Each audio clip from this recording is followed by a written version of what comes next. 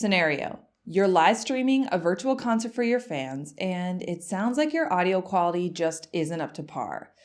How do you make sure your music sounds as pro as possible while you're stuck live streaming from home? Well, in this video, I'm sharing 3 things that you need to remember so that your live stream concerts using Zoom are as great as they can be. So go ahead and hit that like button and let's get into it. I want to share some equipment setup tips soon, but first, I want to make sure that you utilize the Zoom settings to the best of their abilities. So there's a few things I want to make sure that you have checked in the Zoom preferences. So while I'm chatting, I'm just going to put some B-roll up here and we're going to watch me go through my screen preferences as I do this. All right, so the first thing that you need to do is to turn on the ability to preserve original sound on your microphone to avoid the auto ducking that Zoom does with sound. The reason why they have this auto ducking feature, it's on basically any sort of technology you see these days, like iPhone, and it allows it so that anytime you're not speaking, background noise gets reduced to a minimum. You can actually prevent this from happening by going to your Zoom preferences and making sure that you enable the option to turn on original sound. That means that Zoom is just going to take the sound from your microphone. It's not going to mess with it at all, and it's going to go straight into the audio settings that way. If you are hosting some sort of open mic session or you have a bill with multiple performers and everyone's coming from a different location, and you want to record that concert, then you need to make sure that on Zoom, you have your preferences set to record multiple tracks for each person on the call. Follow my instructions. You're going to go to Preferences and then click on Recording and then click on Record a separate audio file for each participant. And that's going to make it so that when you're done recording, Zoom will actually give you several different M4A files and you can adjust the levels accordingly. Final tip about Zoom setup here, and maybe it's the most obvious one, but you need to make sure that your audio input level is actually set to your microphone, not to the built-in mic on your computer. So when you have the Zoom conversation going, in the bottom left by the little microphone that says mute, you want to click on the drop-down menu there and actually choose the microphone that you're using.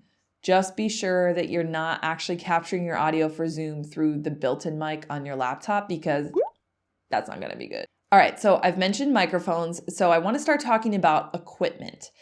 The first thing I want to say is there's multiple ways that you can set up audio so that it works to record a high quality music concert. You can have a USB mic that plugs in directly to your computer and just use that as the input. You can have your regular vocal mic that you use for concerts and plug it into an interface into your computer and use that for your input. You can also have a combination of both where you have your regular vocal mic plugged into a PA and then you can project that audio into your room and pick it up using a USB mic. Something like that can be really beneficial, especially if your style of music involves you using like delay or reverb or any other type of effect on your voice. If you have the option, always choose your laptop over your phone to live stream concerts. You want to make sure that you use a laptop because there's way more options to control the sound than there will be on your phone. And then the final tip for that is just make sure that you plug in your laptop to power so you're not relying on battery. A few reasons for that. First of all, obviously you don't want the battery to die in the middle of a concert. But the other reason is because sometimes USB ports only work at full power if your laptop is plugged in. If you need an interface recommendation for your computer, I have a few choices for you. First of all, the Focusrite Scarlett has a couple of different interface options. I have the one that's just 2 microphone inputs because I don't ever need to record more than that, but they have other ones that have more inputs. The other option is to actually buy a Zoom H4n or H6. These are portable multi-track recorders that I absolutely love. I've been using the H4n for years and I recently upgraded to the H6. I like them both so much. They also have built-in microphones, which are fantastic. So if you really just wanted to buy that, you could set that up, plug it into your computer, and have it serve as your interface. and use the built-in microphones for that as well. It's a fantastic choice. As far as microphones that would plug into those interfaces that aren't USB mics, my favorites are the Shure SM Beta 58, and AKG makes an amazing microphone, the C414, but it's pretty expensive, so they have a cheaper version, which is the C214. They're both really great mics. I really like those condensers, but just be aware that a condenser mic versus a dynamic mic, a condenser mic will pick up a lot of room sound. If you don't have a great room, I'd suggest using the Shure Beta 58 because it is the go-to mic. And the best thing about it is that you can actually just, once we're all done being quarantined, you could actually use that at shows and have your own microphone to perform with. I was thinking about that, and after we're all back performing, do you really want to share a microphone with people?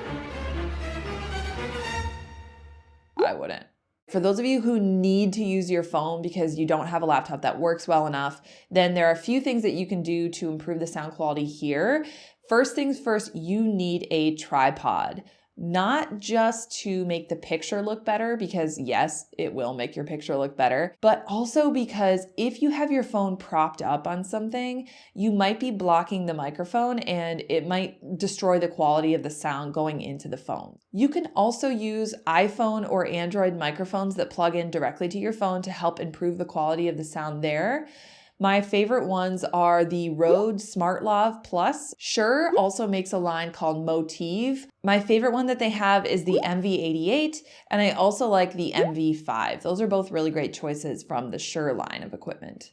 As live streaming music concerts become more normalized, you can start to embrace the technology that will allow you to put your music out there with your best foot forward. If you need any links for all the equipment that I mentioned, I have them on my website, so go ahead and click on the link in the description. In the next video, I'm going to be sharing how to live stream on Facebook and Instagram with better quality, so make sure you click on that video and hit subscribe so you don't miss any new videos coming out on Fridays. I'll see you in the next video.